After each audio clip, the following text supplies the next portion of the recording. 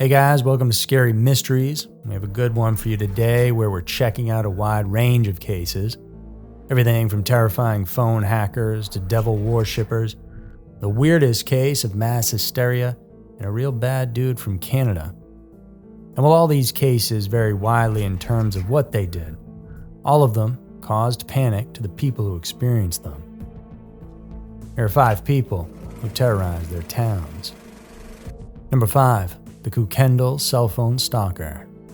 In Fircrest, Washington, a scary narrative unfolded in 2007 that blurred the lines between technology's promise and its darker, more invasive capabilities. 3 families, primarily the Kendalls, experienced a series of unsettling events that turned everyday devices into instruments of terror. This tale of technological harassment began with what appeared to be malfunctioning text messages, but it all rapidly descended into a dark campaign of threats and psychological warfare. It all started with 16-year-old Courtney Kendall's cell phone, which mysteriously sent out texts to her friends without her input.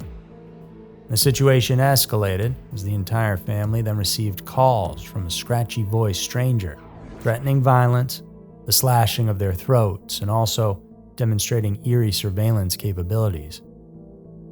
Knowing where certain members of the family were and what they were doing at all times, the caller ID always read restricted, but this stalker seemed omnipresent, remarking on mundane details of their daily routines, what they wore, their movements, even personal conversations.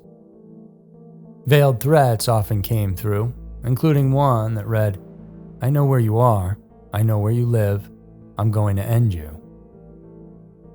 And this harassment intensified with voicemails that played back private discussions, including one with a police detective, hinting at a deep breach of privacy and security. 2 other families in the area then reported the same sort of thing happening, eerie surveillance on their day-to-day routines that creeped them out more than anything. Changes to phone settings occurred without any action from the users, and this relentless invasion of privacy transformed the family's sense of security into a true living nightmare. And despite multiple changes in phones and accounts, the perpetrator always was able to reestablish contact.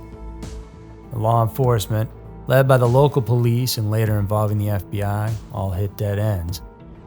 The technologies used to mask the caller's identity and access the phones were beyond their understanding at the time, and even the service providers themselves. Matt Sullivan, spokesman for Sprint, stated that the company was unaware of any technology that could explain the phenomena reported by the 3 families. James Atkinson, a surveillance expert, suggested that the phones could have been hacked to allow such control remotely. Spoofing, where a caller disguises their number, and cloning, where a phone is duplicated to mimic another, were cited as likely techniques used by the stalker. But even still, to be able to do it this fast when new phones and systems were in place was sophisticated. Also, the scariest question was still unanswered for the Kendalls. Why us? This could be an early case of cyberbullying. Because the primary target was a teenage girl, it suggested that the perpetrator might have been a tech-savvy peer.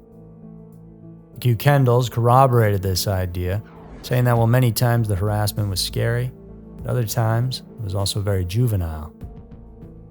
Despite extensive investigations and media attention, this case eventually faded from public view with no resolution or suspect apprehended, and the harassment stopped abruptly after the FBI's involvement.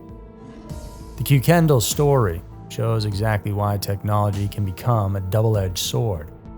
Yes, it offers connectivity and convenience, but also it exposes our personal information and everything we do. So, consider your own vulnerability and change those passwords regularly, and don't answer any of those emails from Nigerian kings. Number 4. The Devil's Class. In today's day and age, there's a lot of talk about what should be allowed to be taught in schools.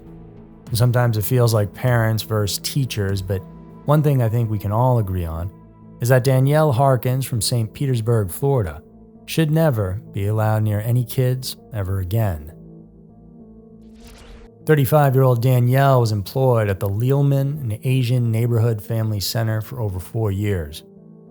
She was known as a dedicated literacy teacher focused on helping children develop essential reading and writing skills.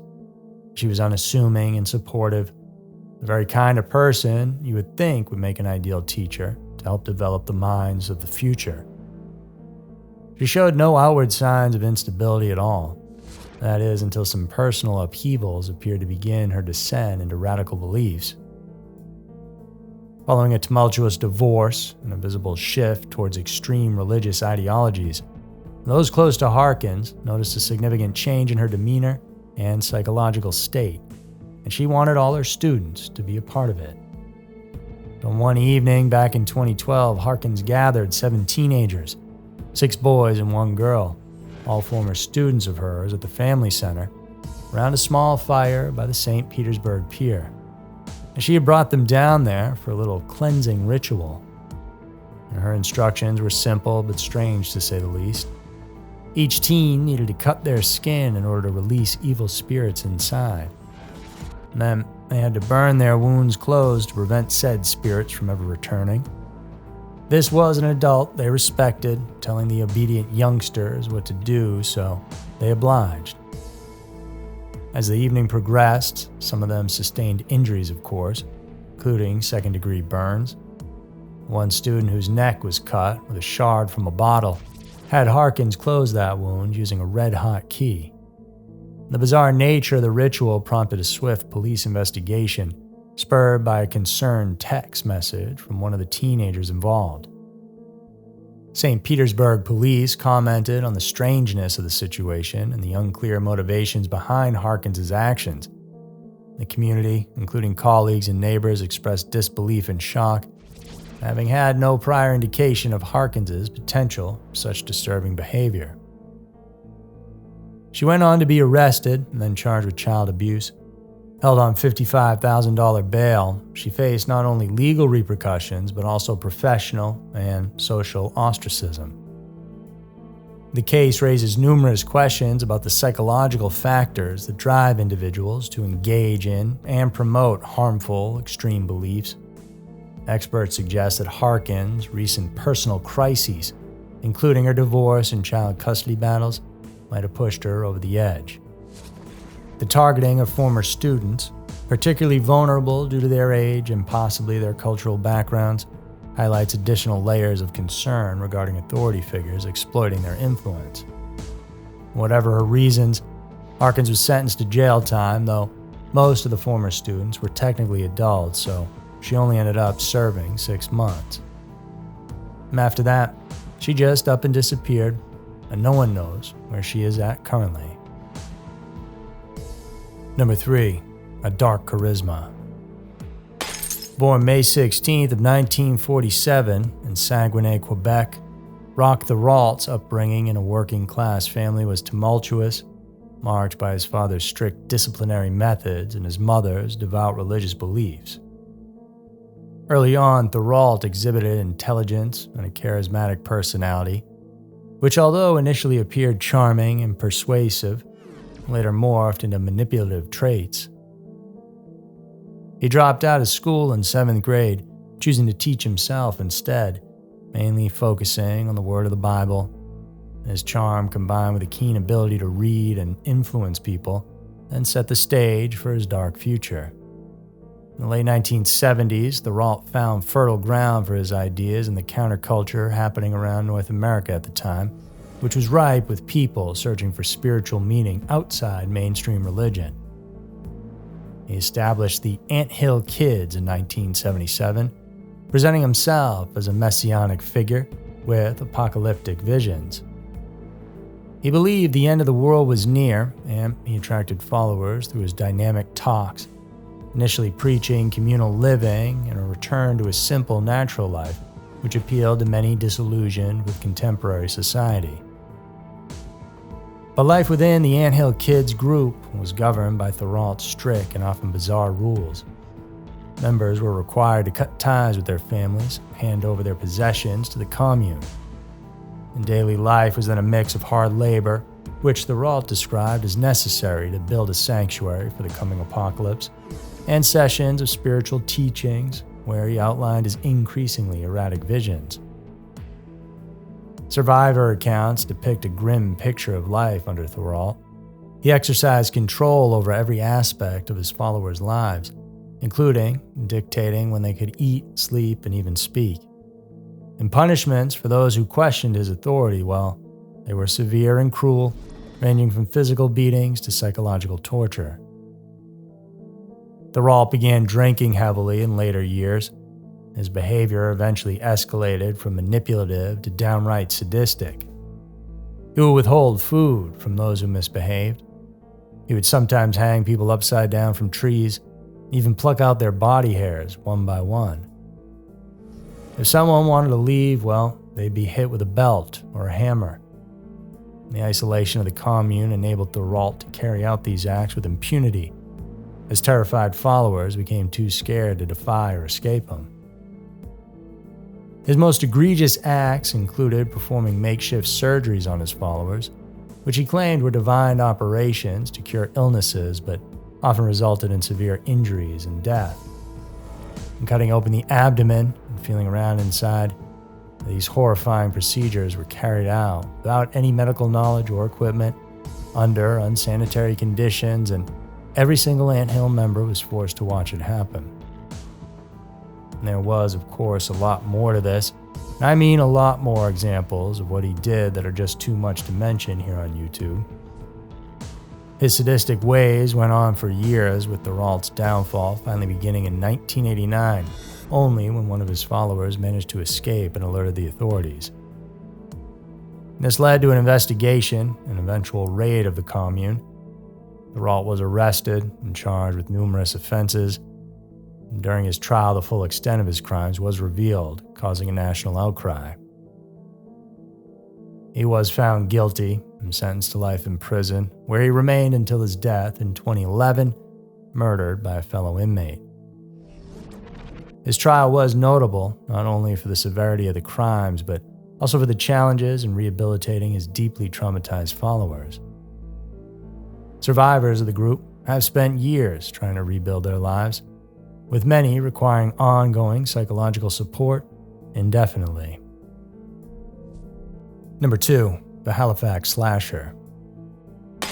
In late 1938, the town of Halifax in England was gripped by fear due to a series of reported attacks by an alleged assailant known simply as the Halifax Slasher. Over the course of several days, numerous residents claimed to have been victims of brutal slash attacks. This triggered a wave of panic throughout the town, compounded by intense media coverage and police action. However, as the investigation unfolded, it became evident that it would be impossible to ever catch the slasher, no matter how hard they tried. That was because the Halifax Slasher didn't actually exist. This was all a very weird case of mass hysteria. Halifax during the 1930s was a typical industrial town facing the economic pressures of pre-war England, including high rates of unemployment and social unrest. And these pressures then created a sort of fertile ground for psychological persuasion, as communities grappling with uncertainty tend to be more susceptible to collective delusions. It sounds a little bit like what you might be used to seeing on a day-to-day basis in the world today. The point being, the atmosphere was tense, not just in Halifax but across the country, as the impending war and other issues loom large. Well, this tension flowed over into a panic on November 16th of 38, when 2 local women reported being attacked by a mysterious man wielding a mallet and a knife. And then over the next few days, more reports surfaced, all describing sudden assaults that were unprovoked by a shadowy figure armed with sharp implements. The assailant was quickly dubbed the Halifax Slasher. Police, pressed by a fearful public, then launched a full-scale investigation.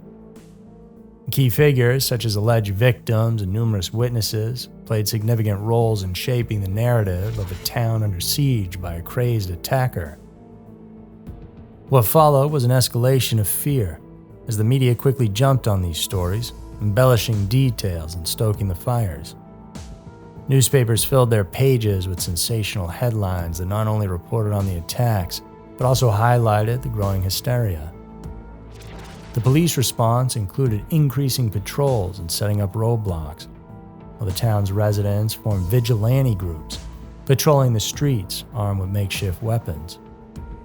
This heightened state of alert created a palpable tension that affected daily life and increased paranoia among everybody in the area. And the turning point in this saga came after police detained several individuals who confessed to fabricating their stories of being attacked. These confessions were a critical blow to the narrative of the Halifax Slasher, and further investigation suggested that some reported victims might have inflicted wounds on themselves or mistaken accidental injuries for attacks. And the realization that the threat was non-existent began to come into play, and slowly the slasher and the hysteria simultaneously faded away. The psychologist later analyzed the Halifax Slasher incident as a textbook case of mass hysteria. The psychological phenomenon can occur when there is widespread anxiety, which is then exacerbated by rumors and fear, leading to irrational behavior and beliefs. Such incidents are often driven by the human mind's tendency to perceive patterns or threats in ambiguous stimuli, particularly in stressful environments. And the aftermath of this whole thing left the community shaken, but even more embarrassed by the realization that their own fears had deceived them. It served as a profound lesson on the power of mass hysteria and the role of media in amplifying irrational fears. History, they say, is doomed to repeat itself. And so if the Halifax Slasher's story sounds all too familiar, then remember it and make sure your future self doesn't feel embarrassed by your present self. Number 1. The Friday Night Bank Robber.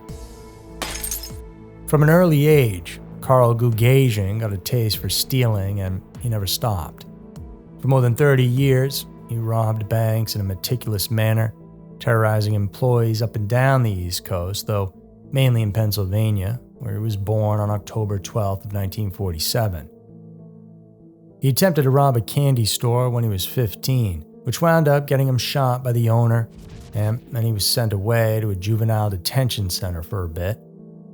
When he was released 2 years later, he never intended on getting any real sort of job. He was just going to rob banks, and he was going to do it in one of the smartest ways we've ever seen. And over that 30-year period, he would steal over $2 million from 50 different robberies. He was never greedy.